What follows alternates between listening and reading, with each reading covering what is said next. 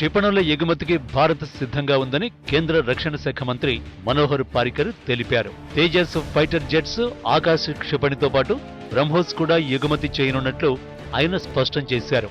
ఇటువంటి కీలక అంశాలకు సంబంధించి పార్లమెంటు ఆమోదం తప్పనిసరి. అందరి ఆమోదం తర్వాతే క్షిపణుల ఎగుమతిపై నిర్ణయం తీసుకోవాలి. అయితే కేంద్ర మంత్రి మనోహర్ పారికర్ వ్యాఖ్యలు దేనికి సంకేతం? దేశ రక్షణకు ఉపయోగించాల్సిన క్షిపణులతో వ్యాపారం ఎంతవరకు సమంజసం?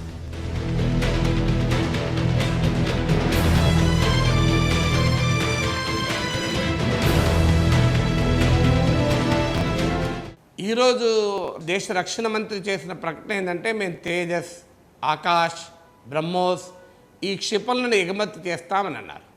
దీంట్లో అనేక ఇంట్రికసీస్ ఉన్నాయి. ఒకటేంటంటే, మా అవసరాలు తీరినాకనే మేము క్షిపణులు ఎగుమతి చేస్తామన్నారు. ఉత్తర కొరియా క్షిపణి ప్రయోగం చేస్తే, క్షిపణులు ఎగుమతి చేస్తే ప్రపంచంలో ఉన్న అగ్రరాజ్యాలు ఖండిస్తే భారతదేశం కూడా ఖండించింది. మరి ఉత్తర కొరియా క్షిపణులు ప్రయోగించి ఎగుమతి చేస్తే తప్పైతే భారతదేశం క్షిపణులు ప్రయోగించి ఎగుమతి చేస్తే రైట్ అవుతుందా? మరి ఏ దేశానికి ఎగుమతి చేస్తుంది?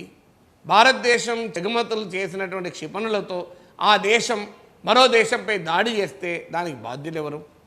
ఇలాంటి రక్షణ విధానం భారతదేశంలో ఎప్పుడూ లేదు. ఎస్, బ్రహ్మోస్ క్షిపణులను మాత్రం మొదటి నుంచి కూడా భారతదేశము, రష్యా కలిసి సంయుక్తంగా దాన్ని ఉత్పత్తి చేసి ఎగుమతి చేస్తాయి. అది సంయుక్త కార్యక్రమం, అది మనది కాదు. ఇక భారతదేశం తనంతట తానుగా చేస్తున్నది integrated guide and missile development programme. ఇది భారతదేశం, మన హైదరాబాద్ నగరంలోనే ఈ క్షిపణులను మనం ఉత్పత్తి చేస్తుంటాం. సో మన క్షిపణుల ఉత్పత్తి ఎందుకు చేస్తున్నాం? Integrated guide and missile development programme, సమీకృత క్షిపణి అభివృద్ధి పథకం కింద, కార్యక్రమం కింద మనం ఆకాశ్, త్రిశూల్, నాగ్, పృథ్వీ, అగ్ని ఈ 5 క్షిపణులను తయారు చేస్తుంది. ఇందులో అగ్ని అన్నిటికన్నా మోస్ట్ సఫిస్టికేటెడ్. ఇది near inter continental ballistic missile, అంటే దాదాపు గతిశీల క్షిపణి. ఇది ఖండాంతర గతిశీల క్షిపణి. 8000 కిలోమీటర్ల దూరంలో ఉన్న లక్ష్యాలను కూడా ఛేదించగలుగుతుంది. ఉదాహరణకు యూరప్ దాకా ఛేదించగలుగుతుంది, ఆస్ట్రేలియా దాకా ఛేదించగలుగుతుంది. మన మిసైల్ పాలసీలో ఉన్న మౌలిక సూత్రం ఏంటంటే, భారతదేశం తన రక్షణ కొరకు మినిమం క్రెడిబుల్ న్యూక్లియర్ డిటరెన్స్ అనే విధానాన్ని మనము అనుసరిస్తున్నాం. అంటే కనీస విశ్వసనీయ అణునిరోధక సామర్థ్యము, ఇది మన అణు విధానం. ఈ మంత్ ఎండింగ్లో మనకు న్యూక్లియర్ సమ్మిట్ కూడా జరిగిపోతుంది. ఈ కనీస అణునిరోధక సామర్థ్యం అంటే ఏంటిది? భారతదేశానికి అణుబాంబులు తయారు చేసుకునే శక్తి ఉంది, అణుబాంబులు ప్రయోగించగలిగే శక్తి ఉంది, మోహరించగలిగే శక్తి ఉంది.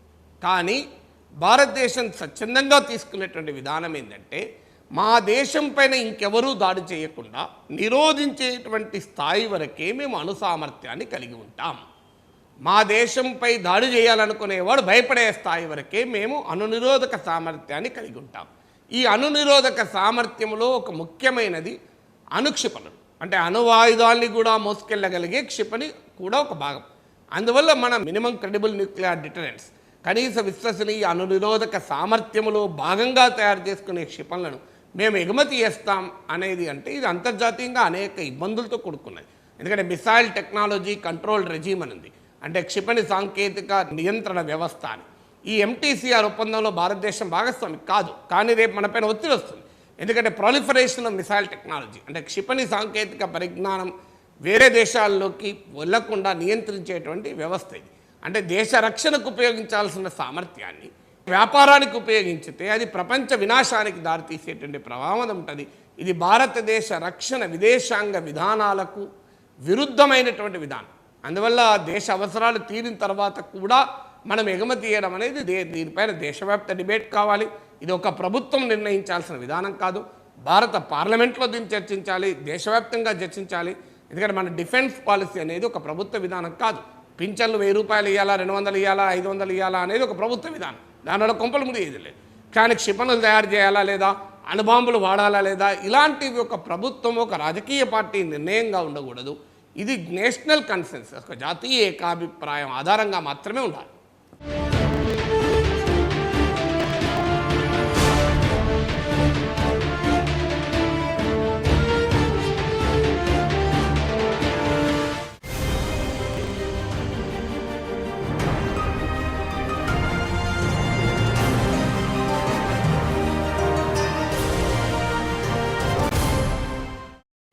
ఈ కార్యక్రమంపై మీ అభిప్రాయాలు, సూచనలు newsangle@hmtv.in కి మెయిల్ చేయండి.